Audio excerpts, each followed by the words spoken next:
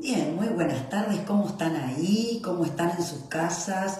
Bien, transmitiendo en vivo desde la página del Seanhofesh. Mi nombre es Adriana, esto es Café Literario, como todos los miércoles, o casi todos los miércoles. A veces hay algunas excepciones por cuestiones de agenda, pero bueno, nuestra cita es en vivo los miércoles a las 15:30 horas para compartir un ratito, un lindo momento hablando de libros, hablando de literatura y bueno, y reflexionando juntos y después sigue, después del cafecito de la tarde. Bueno, algunos me dicen que me escuchan de noche o los fines de semana. Bueno, esto es lo que nos permite, por suerte, la tecnología, que este contenido se puede compartir, se puede ver en diferido, se puede ver por YouTube, se puede ver por WhatsApp, bueno, por donde quieras y cuando vos quieras, en el momento que vos prefieras. Así que bueno, eso también está súper bueno. Y bueno, la idea hoy es conversar un poco, siempre conversamos de libros, ¿no? De autores, de autoras, de libros. Vamos a hablar de libros, pero en realidad vamos a hablar de los lugares donde están los libros para su venta. Hemos hablado de las bibliotecas y volveremos a hablar de ellas porque siempre hay algo para decir al respecto. Y hoy le vamos a dedicar el cafecito de hoy a las librerías. Casualmente, hace unos días, creo que si no me equivoco, el 11 de noviembre, en España se celebró el Día de las Librerías y hay, bueno, actividades culturales de todo tipo, entrevistas, bueno, lo que suele haber en estos casos cuando se conmemora un día con estas características y donde también se promueve, además de promover la lectura, se promueve la existencia de librerías independientes. Ustedes saben que, bueno, en los últimos años, en las últimas décadas, ya podríamos decir, aparecieron como se concentró en algunos grupos muy poderosos, muy importantes, la comercialización de los libros y bueno, algunas librerías más barriales, familiares, más pequeñas, bueno, han sucumbido frente a estos cambios, ¿sí?, que se han dado a nivel mundial de formas de comercialización. Se acrecentó en la última pandemia, donde bueno, apareció también esto de la entrega, el delivery, la entrega a domicilio. Bueno, no vamos a entrar a desarrollar esto porque si no nos vamos a quedar ahí, pero la idea es también, si bien es cierto que muchas librerías han desaparecido, Buenos Aires sigue siendo una ciudad con muchísima representatividad de librerías. Están los grupos importantes, pero también algunas que han resistido como bastiones culturales, barriales, con la figura del librero, ¿sí?, recomendando, estando ahí presente. Pero también, y esto también tal vez lo escuchamos menos o lo conocemos menos, han surgido en los últimos años librerías independientes que además de comercializar libros tienen un plus, como puede ser un excelente lugar para tomar un café, como puede ser un excelente lugar arquitectónicamente. O sea, han resurgido espacios para regocijarse con la lectura con, digamos, actualizaciones, modernizaciones y cambios.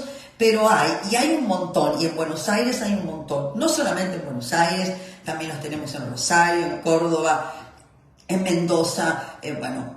No es un patrimonio de la ciudad de Buenos Aires, pero es cierto que en la ciudad de Buenos Aires tenemos una cantidad y una calidad, ¿sí?, muy importante. Acá saluda a Cristófaro. Hola amigo, ¿cuánto tiempo? Bien, un saludo acá, Cristófaro, para vos y para todos tus seguidores. Bueno, muchas gracias, Cristóf, que nos acompañes en este momento. También está mi querida Marta Rosso, seguidora también de este espacio. Bueno, y también me escribe y me deja material. O sea, bueno, me encanta siempre saber que estás ahí. Y por supuesto, Cora, que también está ahí. Me dice, te estoy escuchando en el colectivo, o estoy tomando un café, o estoy en un parque. Bueno, me encanta cuando me cuentan el backstage, ¿no? Más allá del tema que nos convoca. Me encanta cuando agregan cuestiones, bueno, más personales si se quiere, ¿por qué no? Así que bueno, les agradezco que estén ahí saludando, eso hace que este cafecito sea más dinámico, el chat ahí es la posibilidad que tenemos de dialogar. Y bueno, así como en España, les decía, tienen un día que fue ahora hace poquitos días, el 11 de noviembre, nosotros en Argentina y específicamente las personas porteñas o las que vivimos aquí en esta ciudad, allá por marzo, creo que fue el 4, si no me equivoco, de marzo, tuvimos la Noche de las Librerías, que es famosa internacionalmente. Turistas visitan ese espectáculo porque realmente es un espectáculo, porque se corta la calle Corrientes, salen todas las librerías, las clásicas, ¿sí? Que bueno, han cambiado mucho en los últimos años, pero bueno, se abre ahí a, bueno, entrevistas con renombradas y renombrados escritores, charlas de distintas características, y este año, en marzo, el leitmotiv, digamos, el eje temático fue conmemorar y celebrar los 40 años de democracia. Acá también está Luis. ¿Qué tal, Luis? ¿Cómo estás? Muy buenas tardes, qué bueno saberte ahí conectado. Y acá está también Graciela. Bueno, me encanta que los que estén se presenten, ¿sí? No solamente conmigo, sino también para que, bueno, haya ahí un grupo que en este momento, si bien no se ve las caras, están ahí y estamos compartiendo algo de los que nos gusta hablar, de lo que nos gusta conversar. Lo que tiene interesante la Noche de las Librerías es que empieza a eso de las 6 de la tarde y se extiende hasta la 1 de la mañana, algo que también no es tan común en el mundo, ¿sí? Al menos esto es lo que nos manifiestan las personas que nos visitan de otros países y que les llama mucho la atención que exista hoy un evento de estas características, y la gran cantidad de libros que se publican en la Argentina también es un dato que a muchas personas les sorprende. Esto quiere decir que no hay crisis editorial, por supuesto que no, pero conviven, ¿sí? Algunas librerías con muchas dificultades económicas, pero subsisten, y otras les va muy bien porque han podido también, digamos, traccionar un público que no solamente va a leer, sino donde hay alguna otra propuesta, ¿sí? Así que bueno, tenemos ahí una representatividad librera muy heterogénea y con más o menos éxito, pero lo cierto que hay muchísima singularidad, ¿sí? No es algo que todas las ciudades puedan decir que tienen, y esto dicho por personas que nos visitan, ¿sí? Entonces, a raíz de esto, se me ocurrió buscar un poquito en las redes, en las plataformas que suelo consultar, un poquito de historia, ¿no? ¿A qué año se remontan las primeras librerías en la ciudad de Buenos Aires? Hola Claudia Goldstein, buenas tardes también. Y encontré una nota que me pareció muy interesante, espero que a ustedes también les parezca. Una nota de Telam Digital, quien firma la nota es Camila Alfie, y la nota se llama Librería de Ávila, ¿sí? Es una nota dedicada a la Librería de Ávila, que hoy tiene sus puertas abiertas, ¿sí? Que la pueden ir a visitar, es un lugar histórico, ¿sí? Además de los libros que tiene, es un lugar histórico, patrimonio nuestro. La Librería de Ávila, un refugio de cultura, un refugio de la cultura que frecuentaban los revolucionarios de Mayo. Estamos hablando de 1810, gente, y un poquito antes también. Así que si me acompañan, voy a compartir con ustedes algunos elementos de la nota que después, por supuesto, compartiré con todos ustedes a través de WhatsApp con el link completo para que les guste más leer la nota, además de escucharla. La librería de Ávila está ubicada en lo que antes era la esquina de Potosí y Santísima Trinidad. Santísima Trinidad cambió de nombre, ¿sí? Hoy Potosí es Adolfo Alsina y Santísima Trinidad Bolívar, ¿sí? O sea, estaba en Potosí y Santísima Trinidad y hoy la pueden ubicar en Adolfo Alsina y Bolívar. ¿Saben cuándo nació esta librería? Esta librería nació en el año 1785. Buenos Aires cumplía por entonces sus primeros 205 años y faltaban todavía 25 años para el primer gobierno patrio. La librería de Ávila es un símbolo de la reivindicación de un pasado histórico y también de la pasión por leer. Algunos dicen, pero no está probado esto, que es la más antigua del mundo. No hay documentación que dé cuenta de eso. Sí se puede dar cuenta y se puede documentar y argumentar que es la más antigua de la Argentina, ¿sí? No del mundo, pero sí de la Argentina. Ahora, este era el edificio original. Con los años, bueno, estamos hablando de, ¿no es cierto?, muchísimo tiempo, el edificio fue demolido, ¿sí? Y el que está actualmente, que pueden visitar, que también es un edificio que vale la pena desde el punto de vista arquitectónico también, es de 1926, ¿sí? Que es el que hoy, si vamos a la librería, nos vamos a encontrar con este edificio, 1926. Las clásicas librerías y las confiterías del barrio, ¿sí? Que son espacios ya tradicionales para la cultura porteña, como los cafés, como los bares de Buenos Aires, viven y vienen ya, ¿no? Esto que les decía un poquito en el comienzo, un momento de transformación frente a las cadenas de despachos de libros, bueno, en los shoppings o las grandes franquicias. Lo mismo pasa con los cafés, ¿sí? Algunos de estos sitios notables, ¿sí?, cerraron, otros fueron comprados por estos grupos, por conglomerados, y otros se mantienen en pie. Como les decía recién, algunos manteniendo justamente su esencia, porque ahí radica el atractivo que puede tener para turistas, incluso para nosotros también, por supuesto, no solamente para los turistas, y otros con remodelaciones, ayornamientos y adaptaciones. Dentro del grupo de los espacios culturales, porque esto es más que una librería, ¿no? Y lo llaman los grupos de los estoicos, acá la cronista lo llama así, la periodista, se encuentra la librería de Ávila, en Alsina y Bolívar, que está frente al Colegio Nacional de Buenos Aires.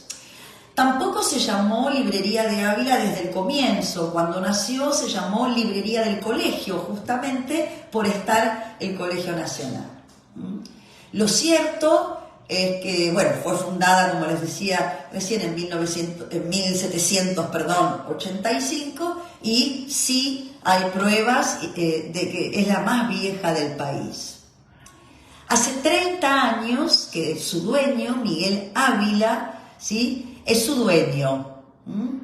Él dice, ¿no?, que hay una tendencia de los argentinos de decir que tenemos la avenida más larga, el río más ancho, etcétera. Dice, yo no sé de qué sirve eso. Dice, pero lo cierto es que tenemos, y este es un dato de un librero, ¿sí?, Miguel Ávila, librero por pasión y por oficio. Y fíjense este dato que dice Miguel Ávila, que es súper interesante. Dice, la mayor cantidad de librerías por habitante. La mayor cantidad de librerías por habitante. Y dice que, que este espacio cultural, este espacio de resistencia cultural, contribuyó a la gesta de la Revolución de Mayo. Varios de los revolucionarios de Mayo se reunían en esta librería. Ávila ofrece de librero desde que era un muchacho de pantalones cortos. Tomó conocimiento en su momento de que esta vieja librería, que estaba abandonada por sus dueños, iba a ser comprada por una cadena extranjera de hamburguesas. Ahí fue que él dice, ¿no? Cuenta esto en primera persona, Miguel Ávila dice, lo tomé como una afrenta, como una forma de colonización, también como un agravio a la cultura porteña, por lo tanto compró y puso en valor esta librería, este local con la librería, ¿no? Porque estaba muy venida menos, ¿sí? Hoy, dice, visitarla se siente como entrar a una máquina del tiempo.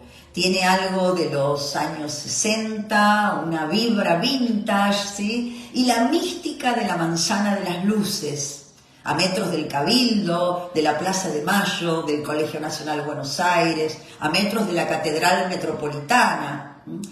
A través de sus estantes transitaron figuras como, y atención ahí que les voy a nombrar, Arturo Jaureche, las hermanas Victoria y Silvina Ocampo, Bioy Casares, Mujica Lainez, Borges y otros tantos personajes que incluso hoy están en los billetes nacionales, ¿sí? O son nombres de calles porteñas. Todo el Grupo Sur, dice Miguel Ávila, venía acá, y esto lo dice con orgullo. Todo el Grupo Sur, que, bueno, era un grupo literario muy importante, le hemos dedicado hace muchos cafecitos atrás un taller, un encuentro al Grupo del Sur. A 100 metros de la Plaza Mayor, en aquella misteriosa Buenos Aires, haciendo acá un juego con la novela de Mujica Lainez, Misteriosa Buenos Aires, dice, a 100 metros de la Plaza Mayor, en la esquina de Potosí y Santísima Trinidad, y frente al Colegio Real de San Carlos, muchos historiadores coinciden en que allí funcionó el primer local donde se vendieron libros en Buenos Aires. Se llamaba La Botica porque su dueño era el boticario Francisco Marul. Corría por entonces el año 1785. Cristóbal del Campo, marqués de Loreto, era el virrey del Río de la Plata. El tercero, ¿sí? Desde que se había creado el virreinato en 1776. La ciudad de Buenos Aires cumplía 205 años y tenía menos de 30.000 habitantes. José Francisco de San Martín y Matorras tenía 8 años y vivía en Cádiz con su familia. Y miren, ahora necesito aire para decir todos los nombres y el apellido completo. Manuel José Joaquín del Corazón de Jesús Belgrano cumplía 15 años y estudiaba en el Colegio Real de San Carlos, frente a la Botica.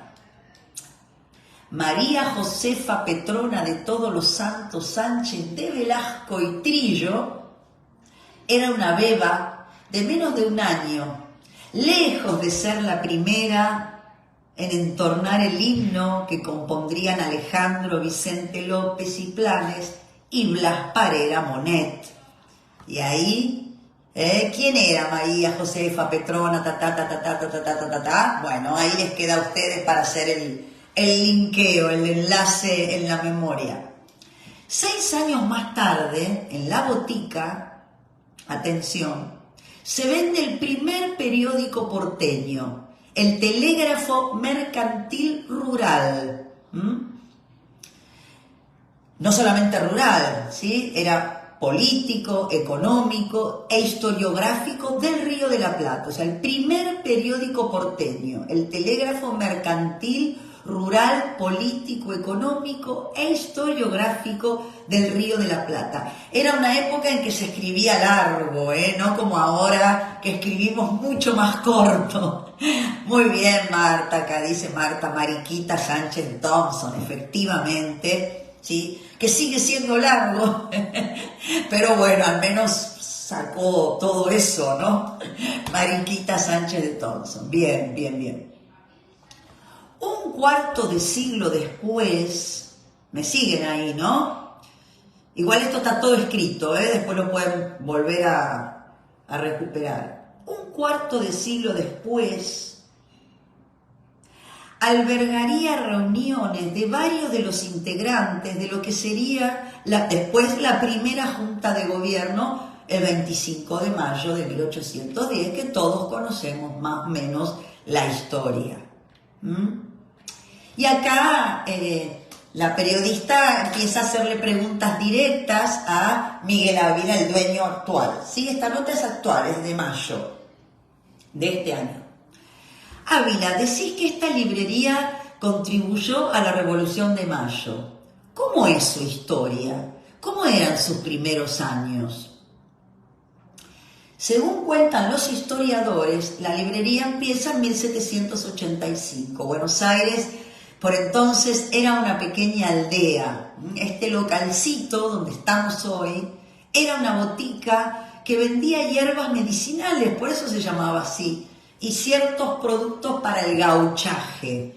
Traten de hacerse una imagen, ¿no? Piensen lo que debe haber sido, ¿no? Y bueno, por supuesto, la invitación, quien pueda que vaya por ahí a dar una vuelta el fin de semana o una de estas tardecitas que ya empieza a haber un tiempo muy lindo y vale la pena con todo este bagaje, ¿no? Ir a visitarla.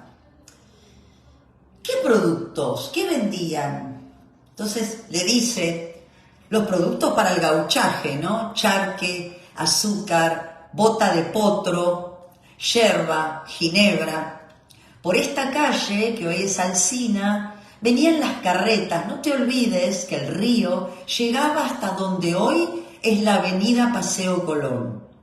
Los barcos y barcazas atracaban en esa zona y cuando bajaba la marea, los visitantes eran traídos todos embarrados por carretas con ruedas gigantes. Las mujeres llegaban así con sus vestidos larguísimos, todas enchastradas. Era una imagen graciosa. Paraban acá y se proveían de ciertas cosas para seguir su viaje hacia el oeste, donde hoy es Luján. ¿Sí? Se ubican ahí, ¿no? ¿Estamos bien? Muy bien, sigo.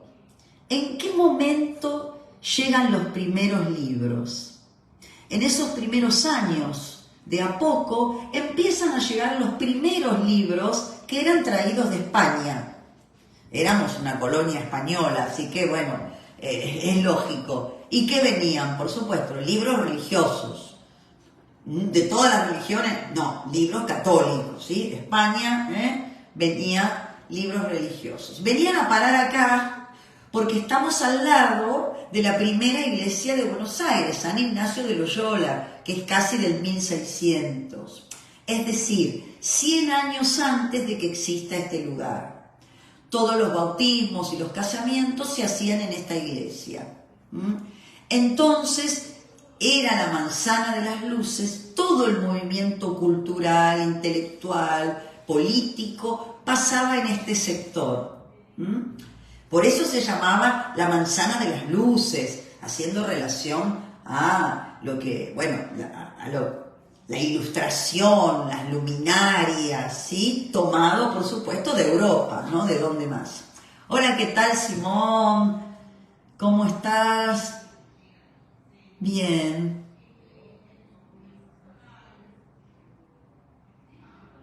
Desde acá, Simón, que bueno, hacía mucho que no te conectabas, Simón. Bueno, me pone contenta saber que estás conectado y bueno, espero que disfrutes este ratito con nosotros. ¿Sí? Está en San Miguel. Bien. Entonces, era la manzana de las luces, por eso tiene ese nombre, porque ahí se concentraba toda la crème de la crème del momento, como se decía antes. ¿Quiénes compraban los libros?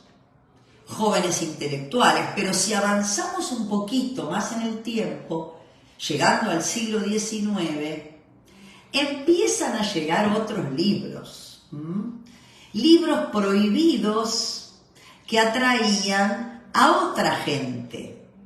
Libros sobre el pensamiento de la Revolución Francesa, por ejemplo, los libros de Rousseau y Montesquieu.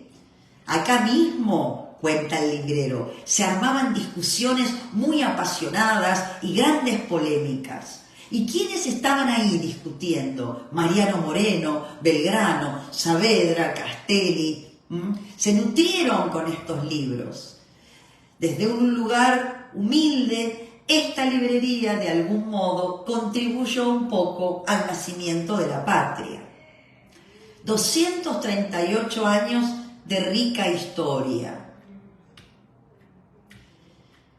Bien, acá dice, bueno, sin el glamour de las grandes cadenas con pisos alfombrados y luces dicroicas, pero sí con reliquias exquisitas, solo para entendidos, del Ávila aloja libros raros, libros antiguos, primeras ediciones, o sea, libros, los que llamamos los incunables, ¿sí? Traducciones también difíciles de encontrar, que conviven con clásicos, con bestsellers, con colecciones curiosas, incluso de cassette, de CD y de vinilos surtidos. En el subsuelo hay un área destinada exclusivamente a libros de historia que Ávila planea reconvertir en un pequeño café para hacer encuentros de lectura y discusión de temas políticos.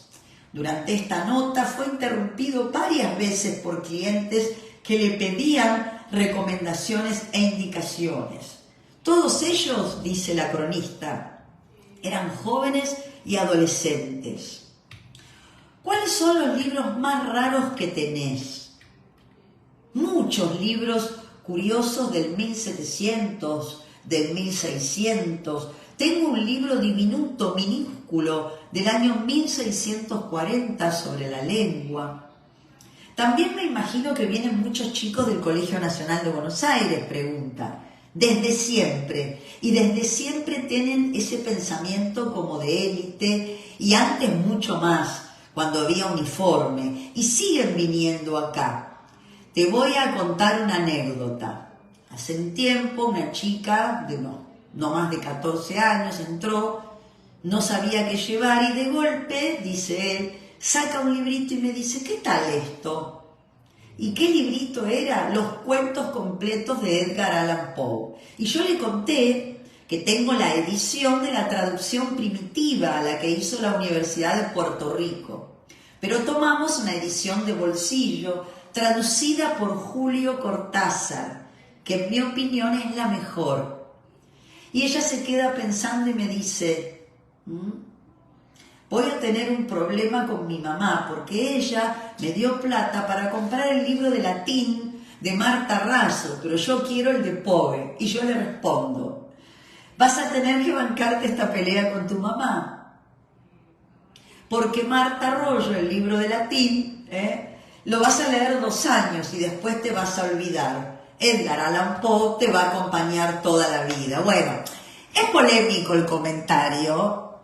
Yo creo que los dos son, claro, vos podés decir, bueno, si tuvieses que elegir, bueno, uno es es un libro de formación, es un libro de latín, que, bueno, es necesario para cierta formación.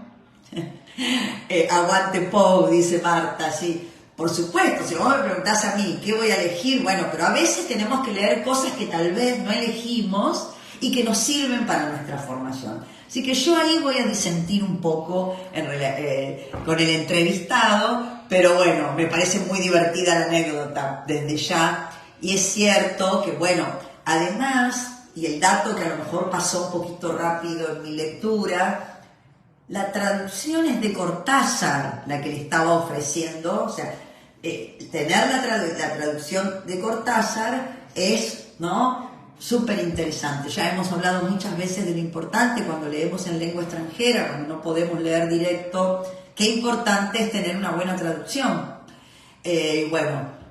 Acá esta anécdota es muy buena.